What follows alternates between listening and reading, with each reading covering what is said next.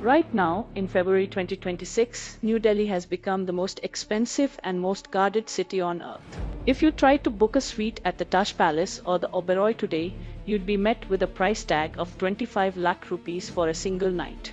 Why? Because the architects of the future have landed. Sundar Pichai, Sam Altman and Jensen Huang are in town for the India AI Impact Summit.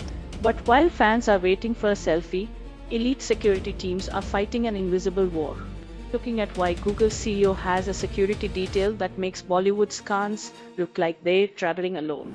This isn't just about a person. It's about a $100 billion secret moving through the streets of Delhi. When a Bollywood star travels, the threat is physical, crowds, overzealous fans, or a security breach. But for Sundar Pichai, the greatest threat is invisible. Meet the digital bodyguard. As Pichai's convoy moves from the airport to Bharat Mantapam, they carry a portable blackout zone. These are advanced jamming devices that scramble unauthorized radio frequencies. Why? Because in 2026, the biggest threat to a tech CEO isn't a weapon, it's a drone or a remote listening device.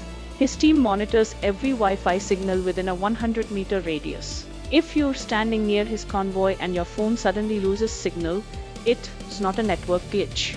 It's a deliberate security protocol to ensure no one is intercepting the encrypted data moving between his devices and Google's headquarters in Mountain View. Now, let's talk about that 25 lakh rupee hotel room.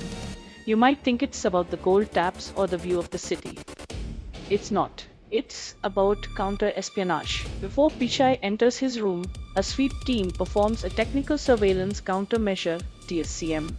They use thermal scanners to find bugs hidden in the walls that are so small they look like a grain of dust. They check for laser microphones, technology that can read the vibrations on a window pane to hear what people are saying inside. In 2026, corporate espionage is at an all-time high.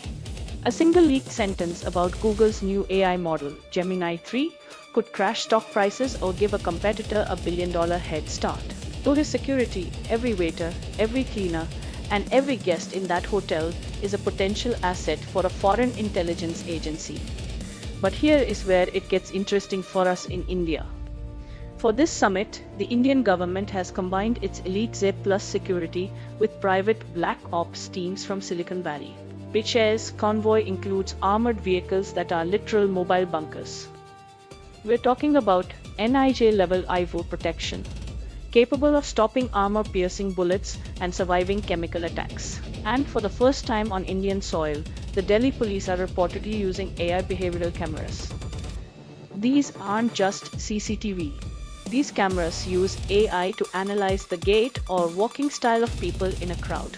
If the AI detects high-stress movements or a person following the convoy across 3 different intersections, it alerts a sniper before a human guard even notices. It's AI, protecting the man who built AI.